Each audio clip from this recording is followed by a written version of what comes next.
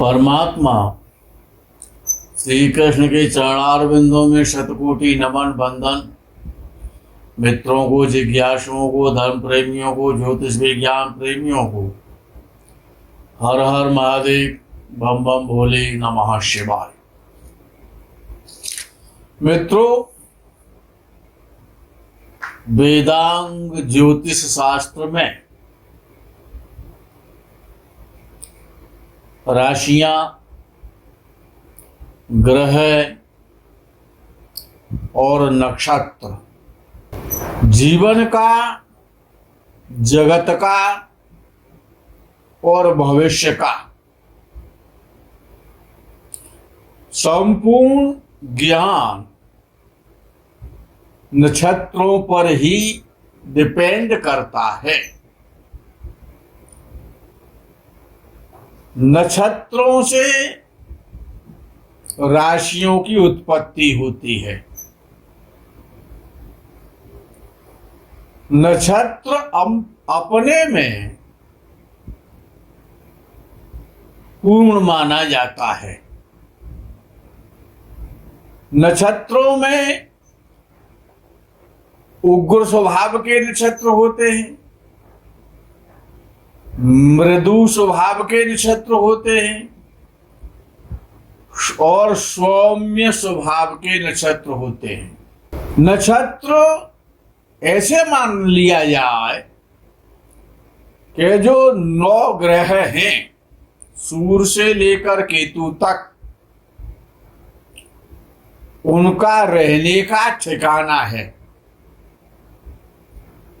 वो ग्रह कहाँ रहेंगे? तो नक्षत्र जो है, नक्षत्रों से ही राशि बनती है। राशि में गुण होते हैं नक्षत्र के,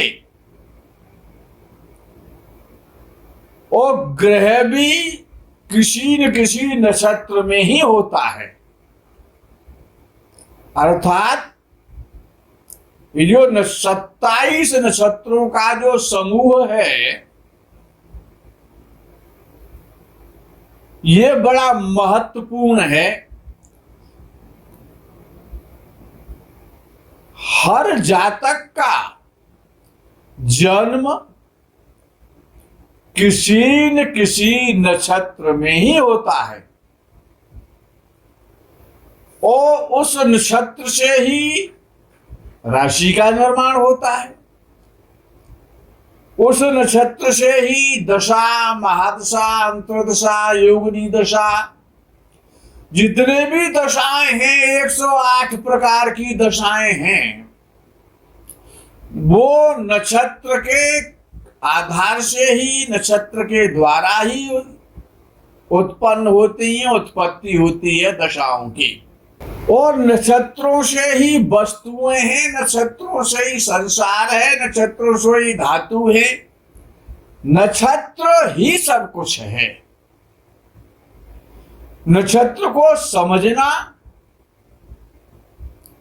बहुत आवश्यक है। और मित्रों, एक चीज याद रखें, अपने जीवन के शुभ के लिए, कल्याण के लिए,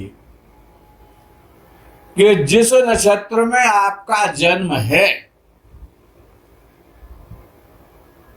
उस नक्षत्र से तीसरे नक्षत्र में,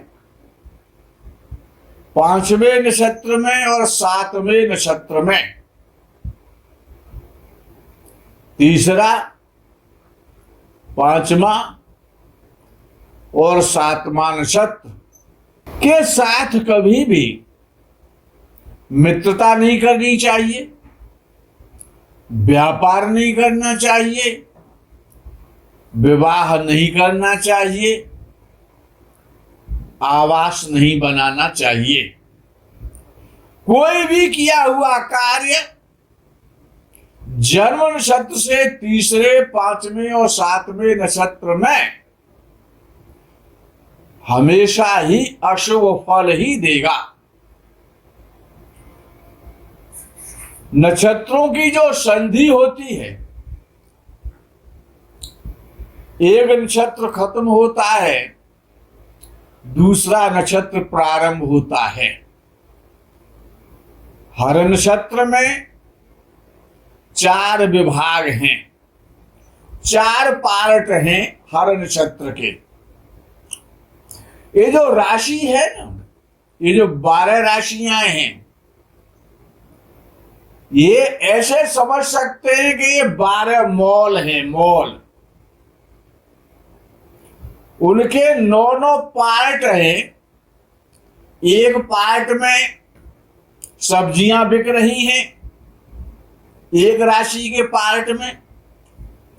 ये जो 12 जो मॉल हैं, राशियों के मॉल मान लो या मार्केट मान लो, तो एक पूरा मार्केट तो कपड़े का है, एक मार्केट सब्जी का है, एक मार्केट लोहे का है, एक मार्केट इलेक्ट्रॉनिक का है।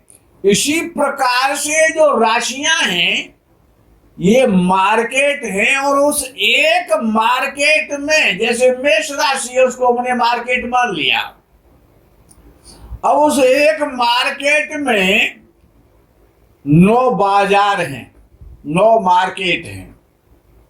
एक मार्केट में 9 मार्केट हैं, तो वो अलग अलग प्रकार के हैं जिनको कि हम चरण कहते हैं नक्षत्र का। तो जहां एक नक्षत्र, हमेशा याद रखना, किसी भी नक्षत्र में उस नक्षत्र का पहला पार्ट, पहला चरण, और नक्षत्र का अंतिम चरण बड़ा कष्टकारी होता है। किसी भी नक्षत्र के पहले पार्ट में और अंतिम पार्ट में कभी भी कोई कार्य नहीं करना चाहिए। अपने नक्षत्र से, जिस नक्षत्र में जन्म हुआ है, जिस नक्षत्र में आपका चंद्र बैठा हुआ है, वही आपका जन्म नक्षत्र है।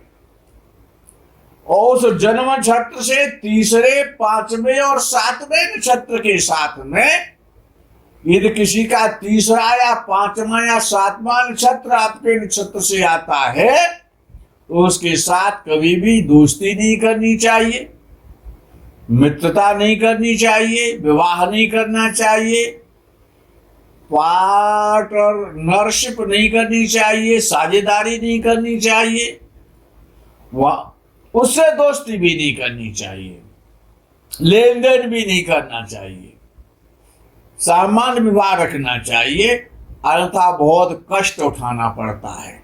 जैसे कि कुछ नक्षत्र तो जगत विख्यात हैं, जैसे आश्लेषा नक्षत्र है, मघा नक्षत्र है, ज्येष्ठा नक्षत्र है, मूल नक्षत्र है, रेवती नक्षत्र है, और छठवां अश्विनी नक्षत्र है नंबर 6 पर।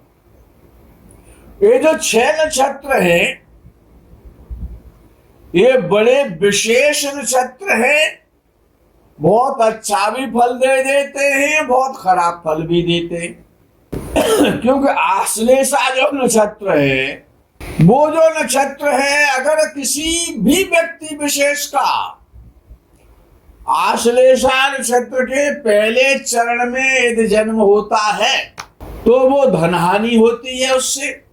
धन का, अगर दूसरे चरण में उसका जन्म होगा तब भी धन की हानि होगी, और तीसरे चरण में यदि आश्लेषा नक्षत्र में किसी का जन्म हो रहा है तीसरे चरण में, तो मां के लिए बहुत कष्टकारी होता है, माता के लिए।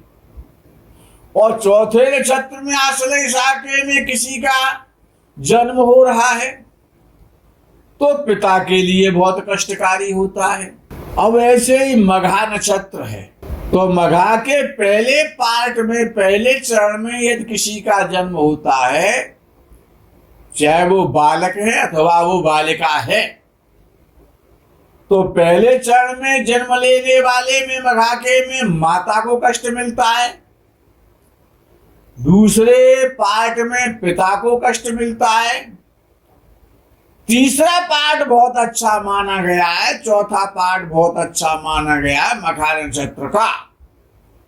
तीसरे पार्ट में यदि मखा नक्षत्र के में किसी का जन्म होता है तो बहुत संपत्तिशाली होता है ऐसा व्यक्ति, और बड़ा सुखी होता है।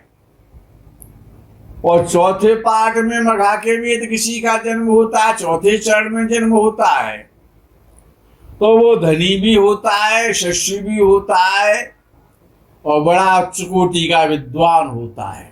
ज्येष्ठा नक्षत्र के पहले चरण में यदि किसी का जन्म हो रहा है तो बड़े भाई के लिए बहुत कष्टकारी होता है, और दूसरे चरण में यदि जन्म हो रहा है ज्येष्ठा नक्षत्र के में तो छोटे भाई के लिए बहुत अनिष्ट करता है, और तीसरे पार्ट में ज्येष्ठा नक्षत्र के में यदि किसी का जन्म हो रहा है तो वो माता का नाश करता है, मातृ के लिए हानिकारक है। और ज्येष्ठा नक्षत्र के चौथे चरण में किसी का जन्म हो रहा है तो ऐसा व्यक्ति अपनी ही हानि करता है, उसी का जीवन कष्टमय क्लेशमय हो जाता है।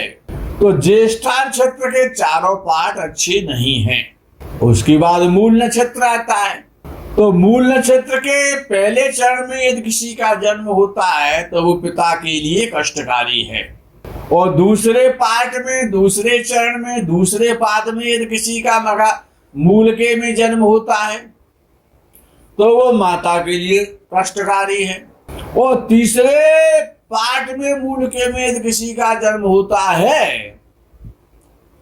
तो वो धननाश करने वाला है। चौथे पार्ट में भी मूल के में धन हानि होती है, लेकिन वहां पर शांति कराने से कुछ समस्याओं का निवारण हो जाता है।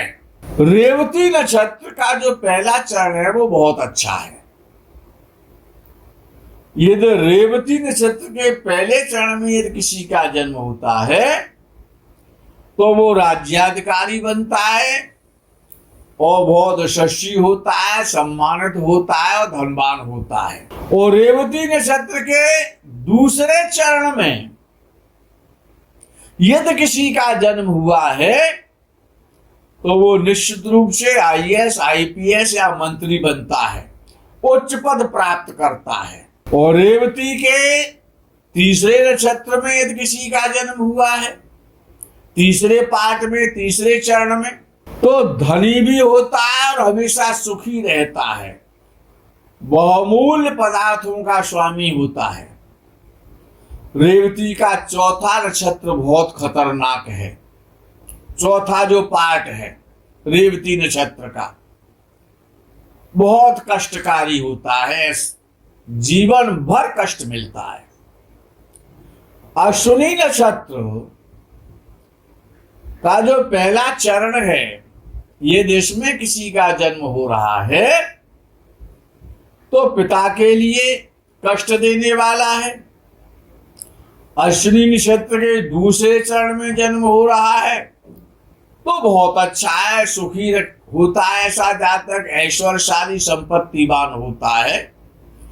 और अश्विनी नक्षत्र के तीसरे चरण में यदि किसी का जन्म हो रहा है तो ऐसा जातक बड़े स्तर का अफसर बनता है या मंत्री इत्यादि बनता है। और अश्विनी नक्षत्र के चौथे चरण में यदि किसी का जन्म हो रहा है तो राज्य से सम्मान मिलता है। ऐसा व्यक्ति जीवन भर सुखी रहता है, सम्मान प्राप्त करता है। मित्रों, विषय ये है कि जब ये जो ग्रह कभी मेष राशि में जाते, कभी वृष राशि में जाते, कभी सिंह राशि में जाते हैं, इन राशियों में 2.25 नक्षत्र होते हैं। हर नक्षत्र का अपना अपना स्वभाव है, अपनी अपनी दुकान है उसकी।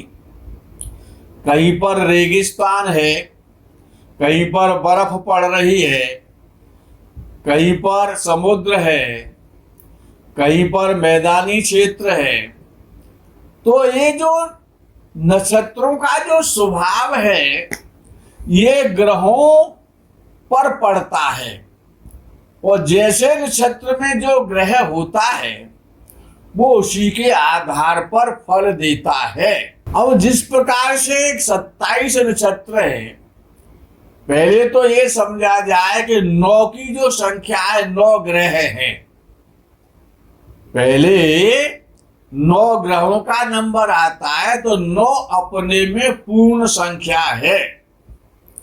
9 को जितनी बार बोला जाएगा उसका योगफल 9 ही रहेगा।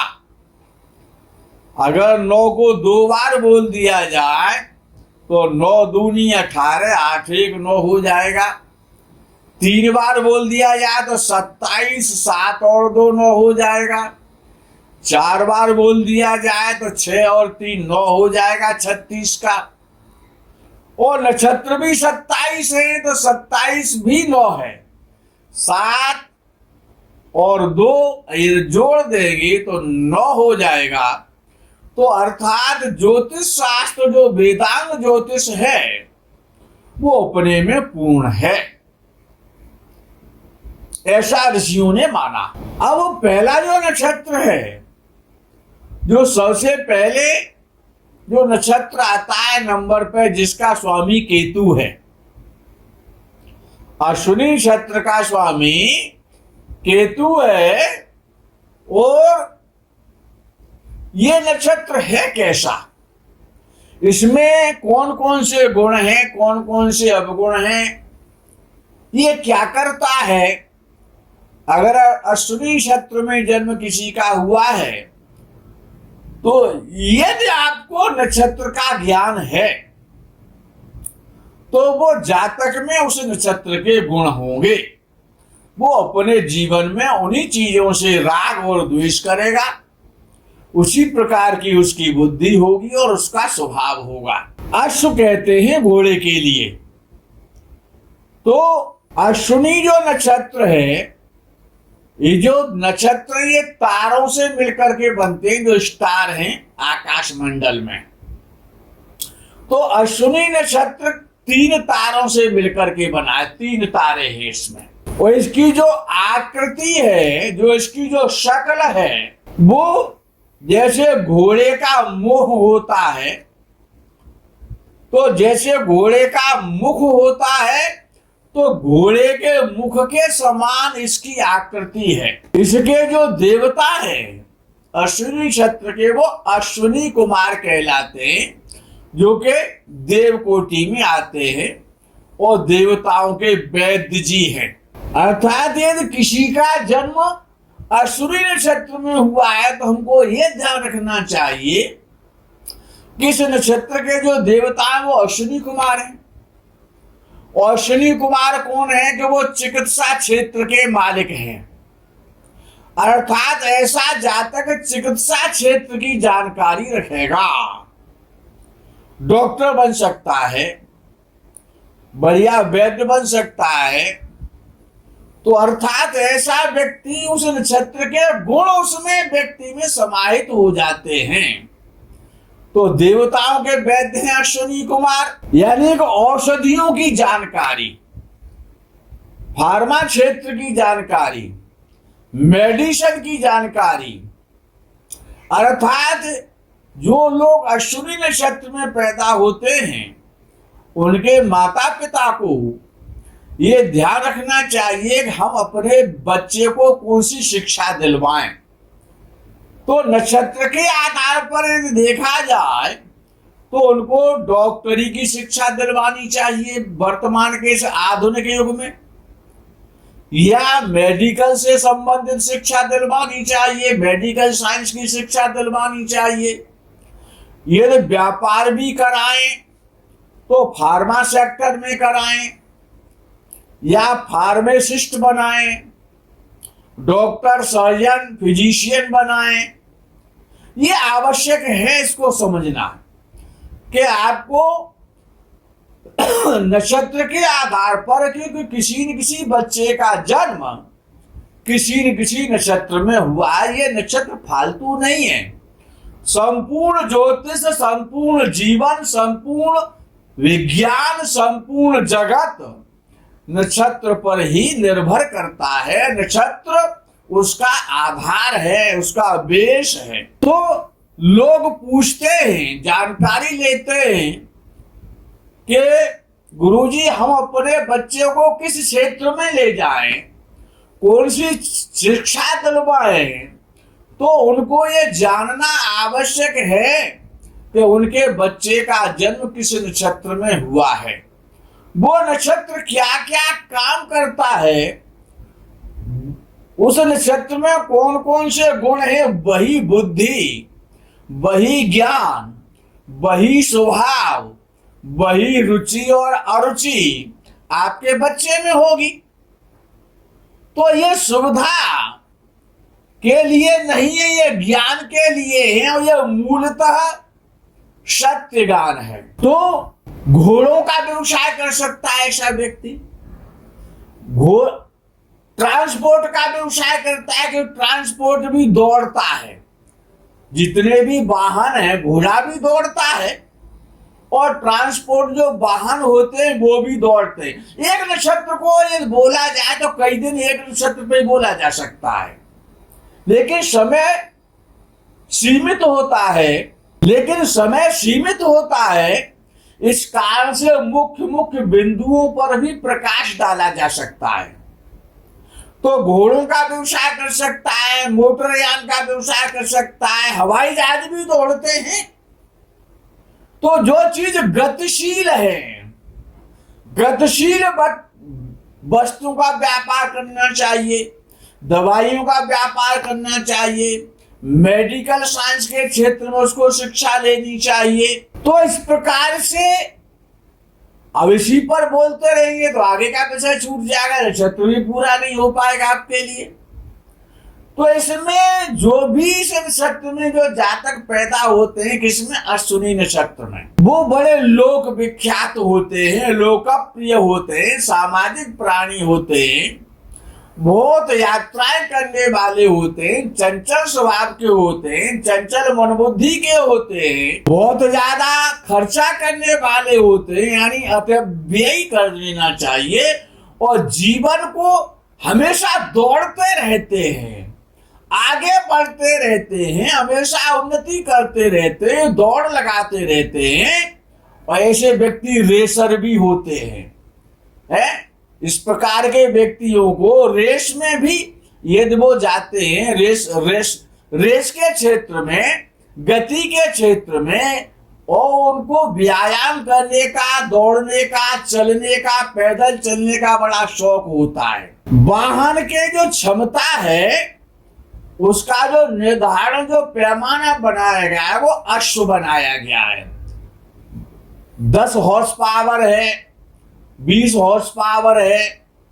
तो जो जितने भी इंजीनियर हैं, जो इंजन है, जो चलते हैं, जिनमें शक्ति है, तो वो इंजीनियर भी हो सकते हैं। परिवहन संबंधित सभी वाहनों का आधिपत्य अश्विनी नक्षत्र के साथ है।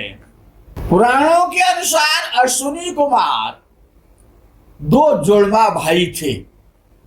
पुराणों में अश्विनी नक्षत्र जुड़वा नक्षत्र है, यानी कि किसी भी प्रकार का संबंध, 2 चीजों का समान रूप हो जाना।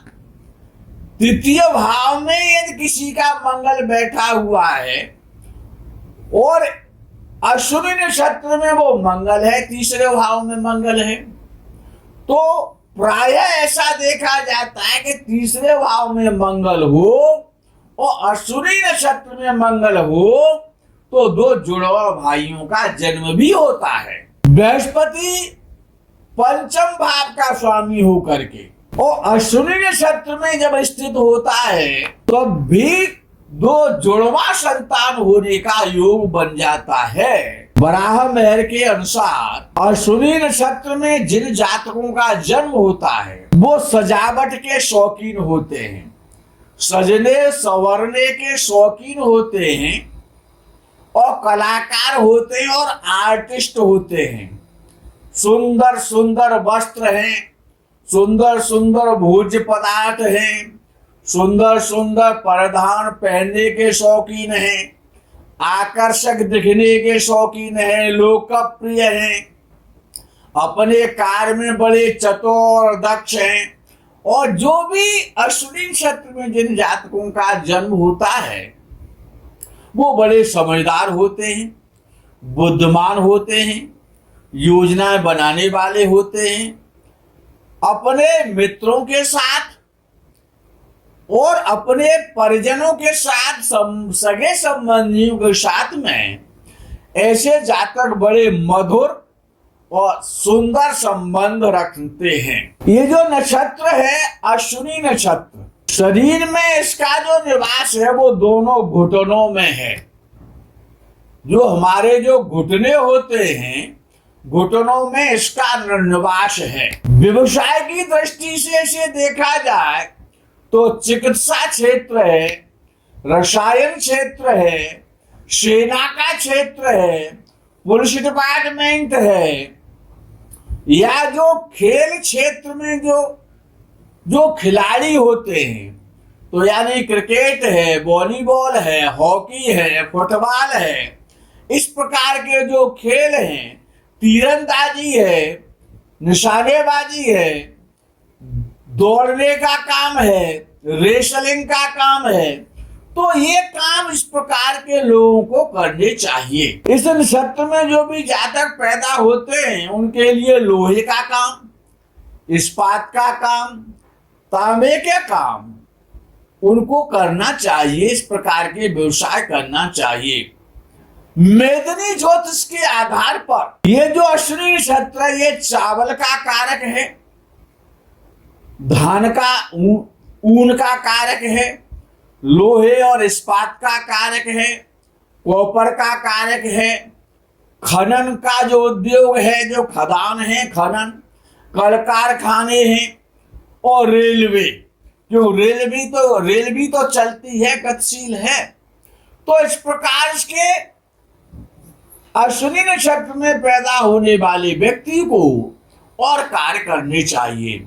नक्षत्र का ज्ञान होना बहुत आवश्यक है। उससे व्यापार में सुविधा मिलेगी, कार्य क्षेत्र में सुविधा मिलेगी, शिक्षा क्षेत्र में सुविधा मिलेगी।